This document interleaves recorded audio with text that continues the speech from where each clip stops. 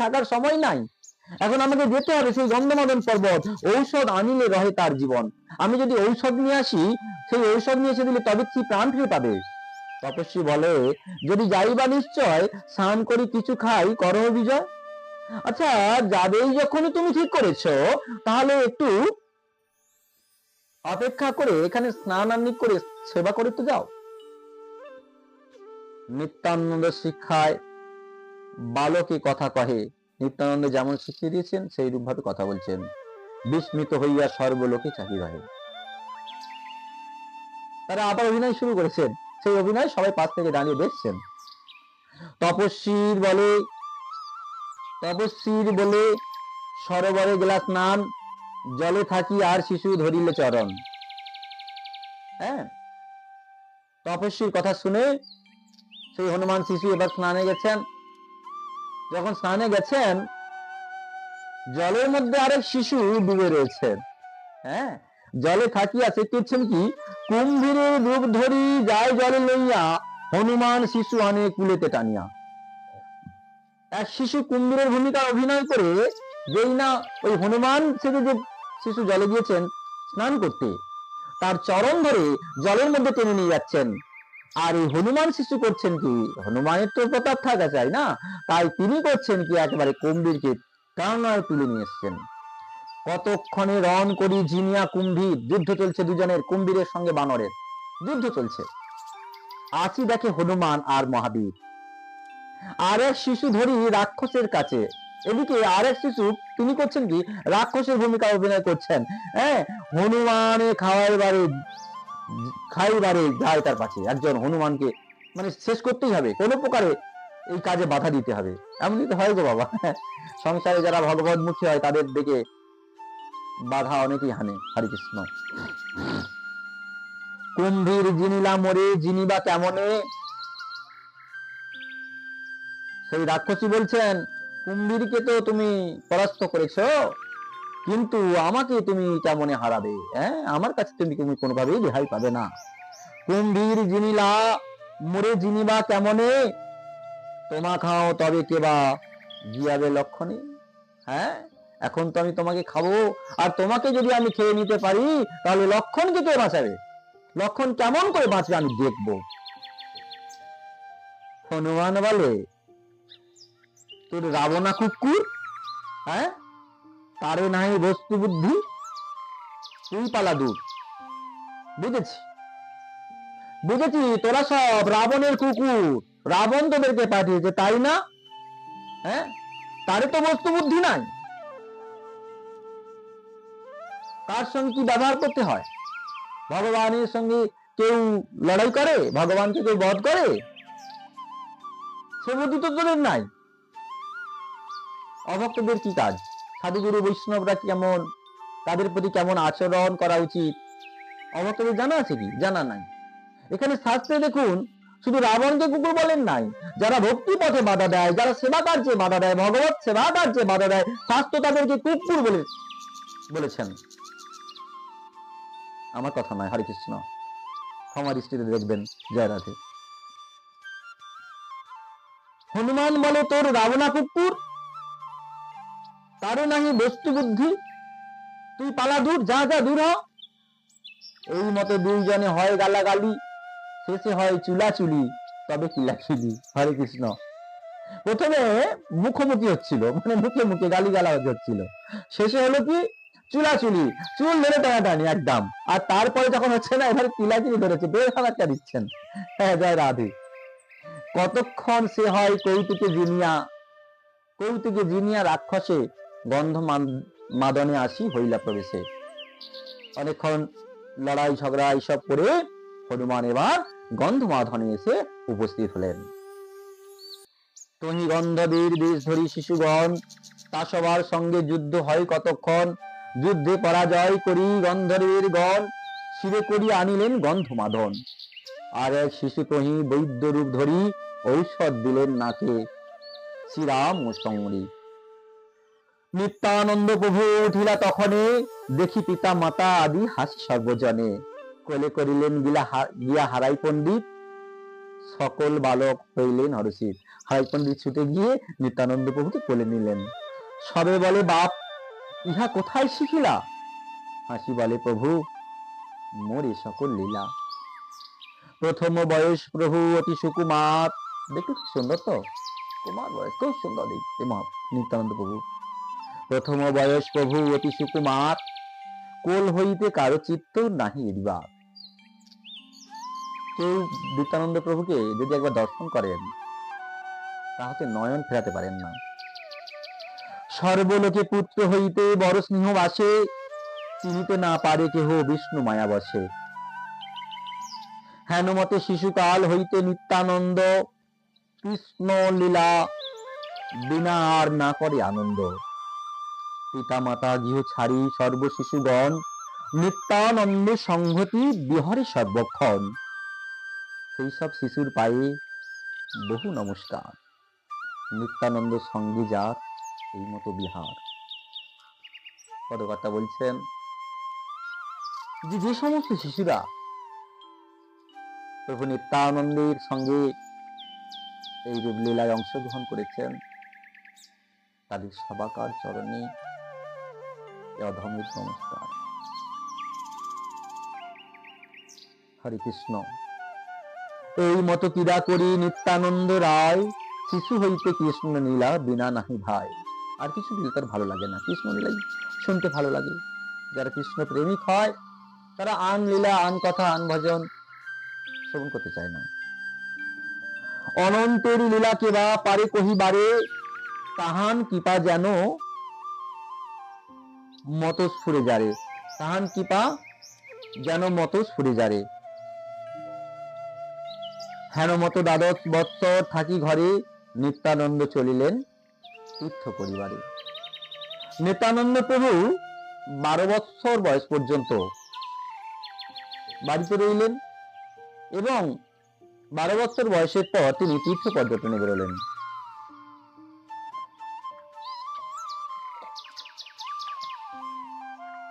এখন আসি নিত্যানন্দ প্রভুর তীর্থ পর্যটন লীলায়। তীর্থ পর্যটন করিলেন 20 বৎসর।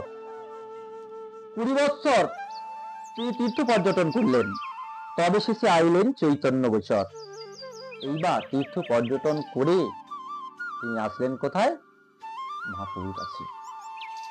নিত্যানন্দ তীর্থযাত্রা শুনো আদি খণ্ডে, যে প্রভুরে নিন্দে দুষ্ট পাপিষ্ট পাষণ্ডে।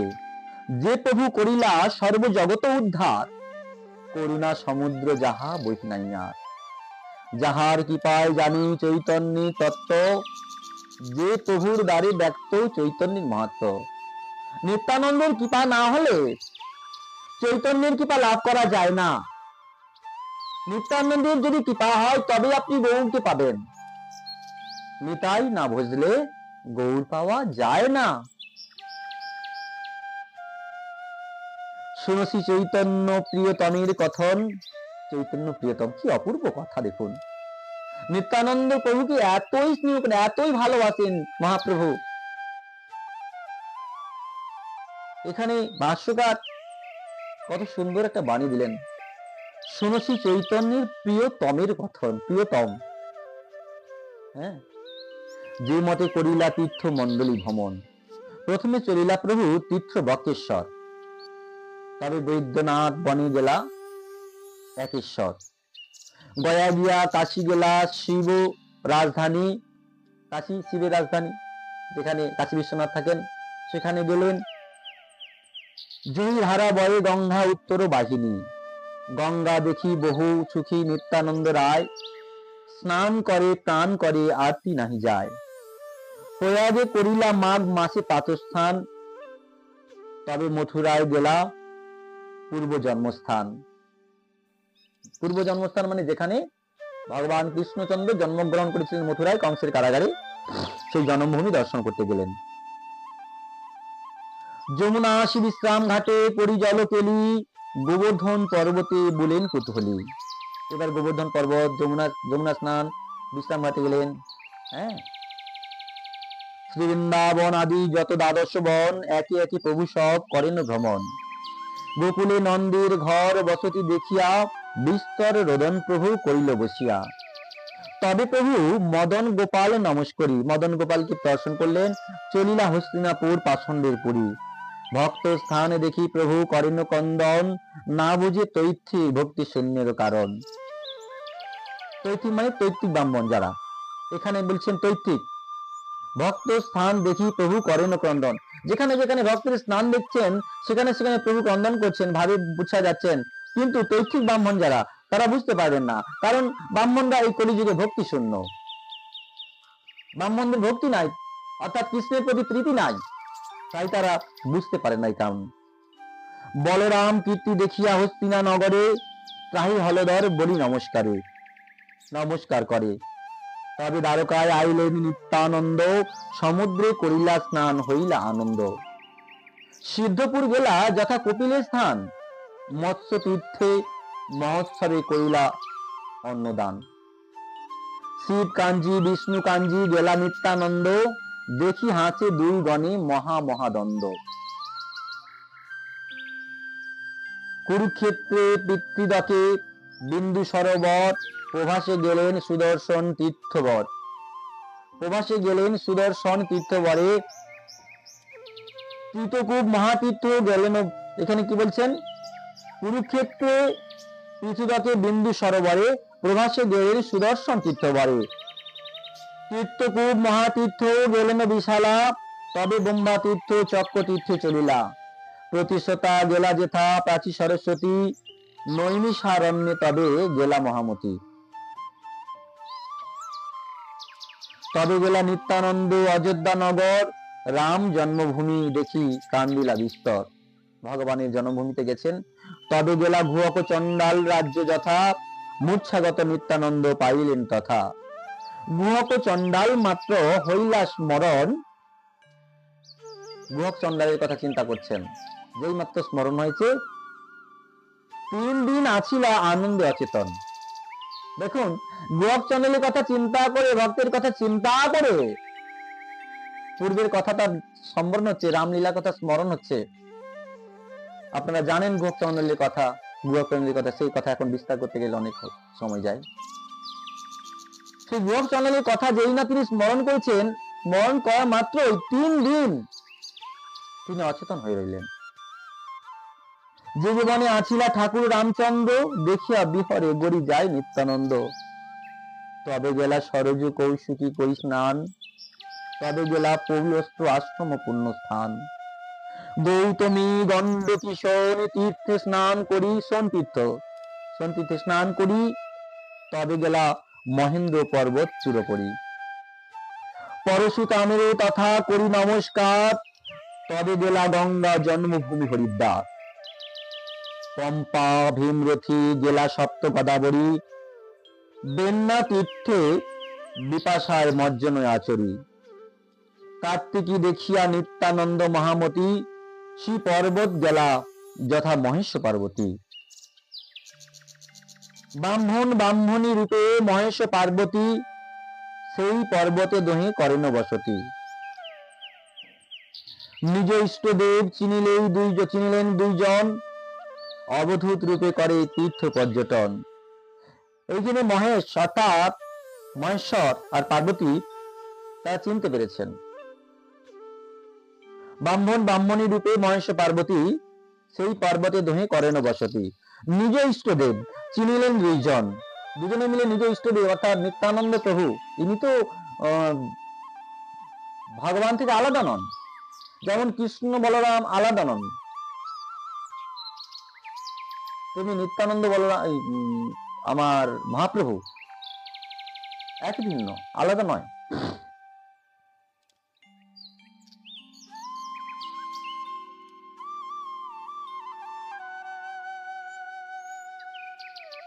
দুজনকে ঈশ্বর জ্ঞান করা উচিত। হরে কৃষ্ণ।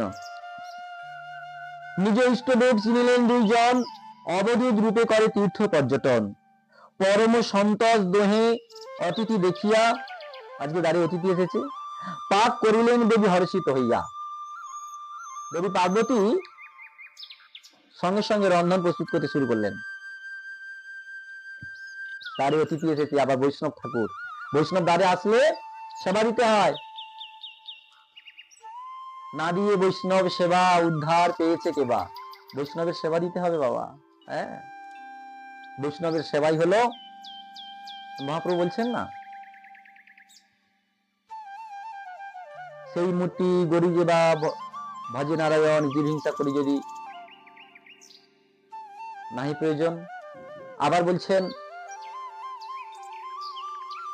মোর ভক্ত না পুজে মোরে পুজে মাত্র, সেজন দাম্ভিক নয় মোর প্রসাদের পাত্র। আজকে দেখুন, পরম বৈষ্ণব যাকে বলা হয়, যাকে বলি পরম বৈষ্ণব চূড়ামণি আমাদের ভোলানাথ মহাদেব এবং পরম বৈষ্ণবী মাতা পার্বতী দেবী, আজ দ্বারেতে পরম বৈষ্ণব এসেছেন। এবং শুধু বৈষ্ণব নয়, বৈষ্ণব রূপে সাক্ষাৎ ভগবান নিত্যানন্দ প্রভু, ভগবান নিত্যাংশবতা, তিনি এসেছেন আজকে।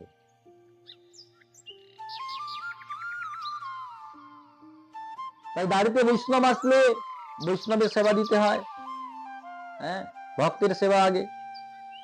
তাই আজকে ভোলানাথ মহাদেব আর পার্বতী দুজনে মিলে বৈষ্ণবের সেবায় রত হচ্ছেন। আগে বৈষ্ণব সেবা দিতে হবে। পরমে আদরে ভিক্ষা দিলেনে প্রভুরে, হাসি নিত্যানন্দ দেহে করে নমস্কারে। দুজনে মিলে নমস্কার করছেন। কি অন্তর কথা হইল কৃষ্ণ সে জানেন, তবে নিত্যানন্দ প্রভু দাবিরে গেলেন। অন্তরের যে কি কথা, এটা কৃষ্ণ জানেন।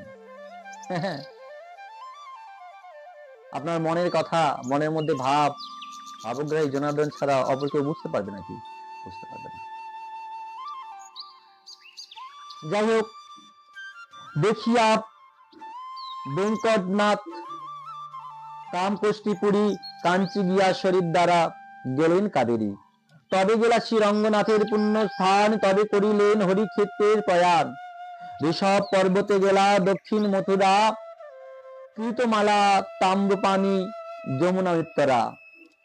মলয় পর্বত গেলায় অগস্ত্য আলয়ে, তাহারা ইষ্ট হইলা দেখি মহাশয়ে। কাশবার অতিথি হইলা নিত্যানন্দ, বদ্রিকাশ্রমে গেলা পরময় আনন্দ। কতদিন নরনারায়ণের আশ্রমে আছিলেন নিত্যানন্দ পরম নির্জনে, নরনারায়ণ আশ্রম। তবে নিত্যানন্দ গেলা ব্যাসের আলয়ে, ব্যাস চিনিলেন বলরাম মহাশয়ে। হ্যাঁ, ব্যাসদেবের কাছে গেলেন। সাক্ষাৎ হইয়া ব্যাস আতিথ্য করিলা, প্রভু ও ব্যাসের দণ্ড প্রণত হইলা। তবে নিত্যানন্দ গেলা বৌদ্ধের ভবন, দেখিলেন প্রভু বসে আছে বৌদ্ধগণ। জিজ্ঞাসেন প্রভু, কেহ উত্তর না করে, ক্রুদ্ধ হই প্রভু লাথি মারিলেন শিরে। পলাইল বৌদ্ধগণ হাসিয়া হাসিয়া, বনে বনে বনে ভূমে নিত্যানন্দ নির্ভয় হইয়া।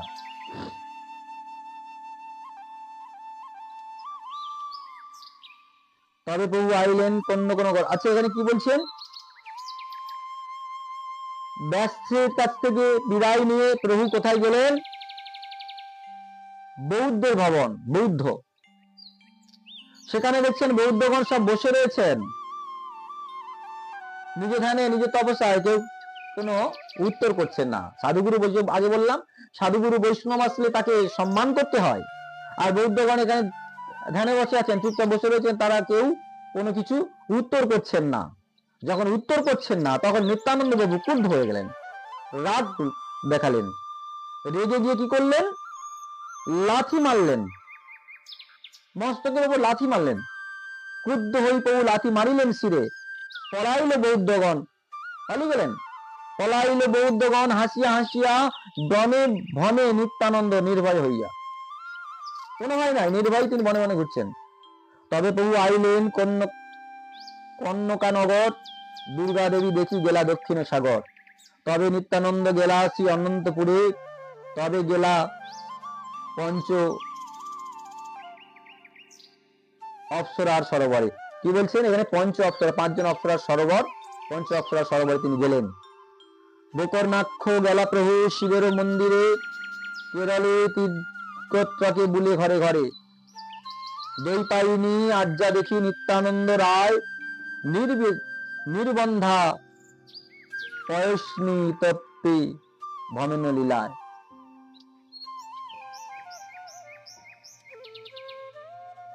রেবা মহিষ্মতিপুরী মল্লতীর্থে গেলা, সুরপারগ দিয়া প্রভু প্রতীতি চলিলা। এই মতো অভয় পরমানন্দ রায়, ভমে নিত্যানন্দ ভয় নাহি কোকা হয়। চতুর্দিক ঘুরে বেড়াচ্ছেন, কাউকে ভয় পাচ্ছেন না। নিরন্তর কৃষ্ণ বেশে শরীর অবশ, ক্ষণে কান্দে ক্ষণে হাসে কে বুঝে সে রস। যারা ভগবানের ভক্ত হয় তাদের ভয় কিসে? কাউকে ডরায় না, চলেছে দাপিয়ে। যার মধ্যে দেখতে ভক্তি শূন্য তাকেই শিক্ষা দিয়ে যাচ্ছেন, চলেছেন প্রভু আমার। এবার আসি নিত্যানন্দ প্রভুর সঙ্গে ছিল মাধবেন্দ্র পুরীর যে মিলন হয়েছিল সেই কথা প্রসঙ্গে। হরে কৃষ্ণ। এই মতো নিত্যানন্দ প্রভুর ভ্রমণ, দৈবে মাধবেন্দ্র সহ হইল দর্শন। মাধবেন্দ্র পুরী প্রেমময় কলেবর, কলেবর মানে দেহ, প্রেমের দেহ, যেন প্রেমের মূর্তি। প্রেমময় যত সব অঙ্গে অনুচর, কৃষ্ণ রস বিনু আর নাহিক আহার, মাধবেন্দ্র পুরী দোহে কৃষ্ণের বিহার। যার শিষ্য প্রভু আচার্য গোসাই, অদ্বৈত আচার্য, সেই আচার্য গোসাই কিন্তু মাধবেন্দ্র পুরীর শিষ্য। কি কহিব আর তার প্রেমের বড়াই। বলছেন যার শিষ্য প্রভু আচার্য গোসাই, কি কহিব আর তার প্রেমের বড়াই। মাধবেন্দ্র পুরীরে দেখিলেন নিত্যানন্দ, ততক্ষণে প্রেমে মূর্ছা হইলা নিস্পন্দ। নিত্যানন্দ দেখি মাত্র শ্রী মাধব পুরী, করিলা মূর্ছিত হই আপনা পাশই। ভক্তি রসে মাধবেন্দ্র পুরী, মাধবেন্দ্র আদি সূত্রধায় গৌরচন্দ্র ইহা কহিয়াছেন বারে বার। ভক্তি রসে মাধবেন্দ্র পুরী আদি সূত্রধার। আদি মানে পূর্বে, পূর্বের সূত্রধার হলেন ভক্তি রসের অধিকারী আমার মাধবেন্দ্র পুরী পাদ। এটা মহাপ্রভু নিজে বারবার বলছেন। ভক্তি রসে মাধবেন্দ্র আদি সূত্রধার গৌরচন্দ্র ইহা কহিয়াছেন বারবার। দোহে মূর্ছা হইলেন দোহে দর্শনে, দুজন দুজনকে দেখে মূর্ছিত হয়েছেন। কান্দে ঈশ্বরপুরী আদি শিষ্যগণে, শুধু ঈশ্বরপুরী কাঁদছেন না, নিত্যানন্দ প্রভুকে কাছে পেয়ে ঈশ্বরপুরী শুধু একা কাঁদছেন না, ভাবাবেশে প্রেম মেশে তাঁর যারা শিষ্যগণ ছিলেন সেখানে সবাই কান্না করছেন। ক্ষণেকে হইলা বাহ্য দৃষ্টি দুইজন, অন্য হন্যে গেলা ধরি করেন কন্দন। অন্য হন্যে গলা ধরি করেন কন্দন।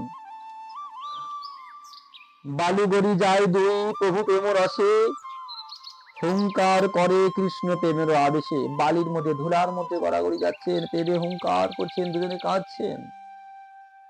প্রেম নদী বয়ে দুই প্রভুর নয়নে, পৃথিবী হইল সিক্ত ধন্য হেন মনে। একজন যখন আরেকজন আপনজনকে কাছে পায়, অনেকদিন বাদে যখন পায় না মা, তখন তাকে পেয়ে যে কি আনন্দ, এই যে আনন্দ এটা বলে বোঝানো যায় না। কেউ দুঃখে কাঁদে, কেউ আনন্দে কাঁদে। অনেকদিন বাদে আপনজন কাছে পেয়েছেন। একজন বৈষ্ণব যখন আরেকজন বৈষ্ণবকে পায়, সঙ্গে সঙ্গে তাকে আলিঙ্গন করেন, প্রণতি নিবেদন করেন, সম্মান প্রদর্শন করেন। কম্প অশ্রু পুলক ভাবের অন্ত নাই, দুই দেহে বিহরায় চৈতন্য গোসাই। দেখুন, আগেই বলেছি যে মহাপ্রভুর দেহে, এই নিত্যানন্দ প্রভুর দেহে মানেই মহাপ্রভুর দেহ, মাধবেন্দ্র পুরীর দেহ মানেই মহাপ্রভুর দেহ। শুধু তাই নয়, কথা প্রসঙ্গে বলে রাখি, ভক্তের দেহ মানে স্বয়ং ভগবানের দেহ। তাই যারা ভক্তকে অপমান করেন তারা বারবার সাবধান, আপনি কিন্তু ভগবানকে অপমান করছেন। মহাপ্রভু সেই জন্যই বলছেন, মোর ভক্ত না পুজে, মোরে পুজে মাত্র, সে দাম্ভিক নয় মোর কৃপা পাবার পাত্র। তাকে দাম্ভিক বলে তিনি আখ্যা দিচ্ছেন। নিত্যানন্দ বলে, যত তীর্থ করিলাম সম্যক তাহার ফল আজই পাইলাম। তাহলে দেখুন, তীর্থ পর্যন্ত ঘুরে কি লাভ? নাকি না ভক্তকে সামনে পেয়ে ভক্তের সেবা করে লাভ? এই জায়গাটা বুঝতে হবে। তিনি তো অনেক স্থান গেলেন, শিবের স্থান গেলেন, দেবী দুর্গার স্থান গেলেন, বিভিন্ন বিভিন্ন তীর্থ পর্যটন করলেন, কিন্তু তীর্থ পর্যটনের সারবস্তু তিনি কি বললেন? নিত্যানন্দ বলে, যত তীর্থ করিলাম সম্মুখ তাহার ফল আজি পাইলাম। আজি পাইলাম মানে তোমার মতো ভক্তকে কাছে পেয়ে, তোমার মতো বৈষ্ণবকে, আপনার মতো বৈষ্ণবকে কাছে পেয়ে আমার তো সমস্ত তীর্থের পুণ্যফল পাওয়া হয়ে গেল। এই কথা মহাপ্রভু বলেছিলেন না?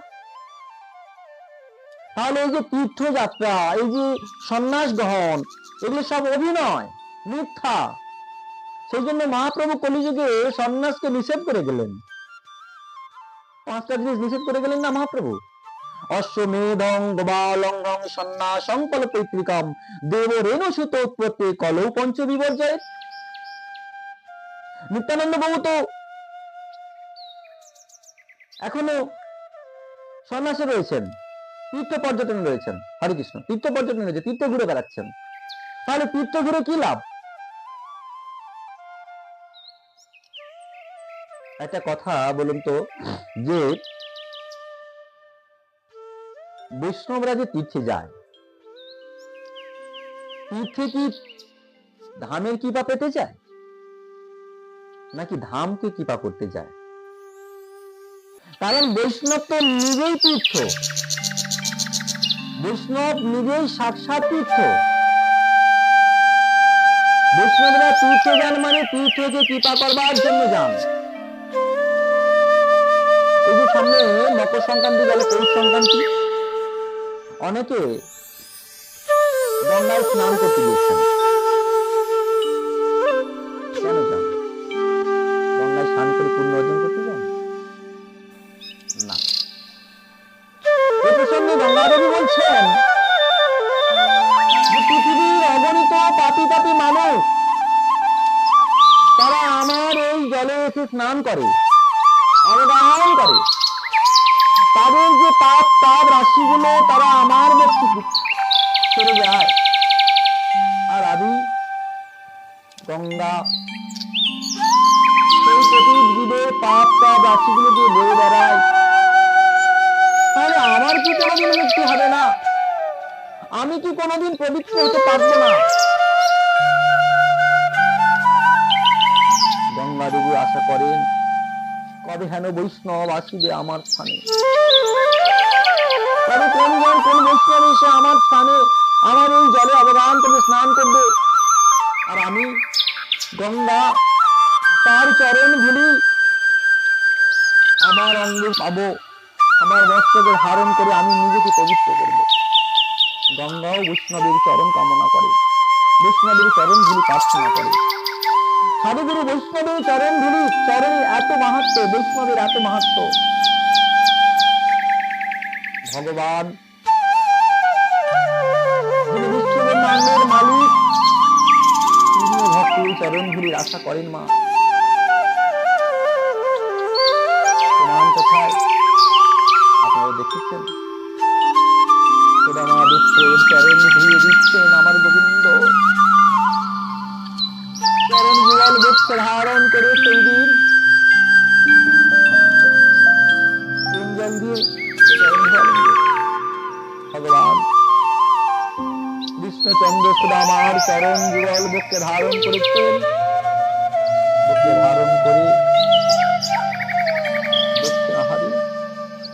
আমার এতটা পথ তুমি কষ্ট করে এসেছো, এটি তোমার চরণের অবস্থা। কাঁটা ফুটে রুধি ঝরে পড়ছে, তোমার কত না ব্যথা লেগেছে। ভক্ত এমনি ভাবেই কষ্ট করে ভগবানের কাছে আসতে চায়, ভগবান তাই ভক্তের চরণ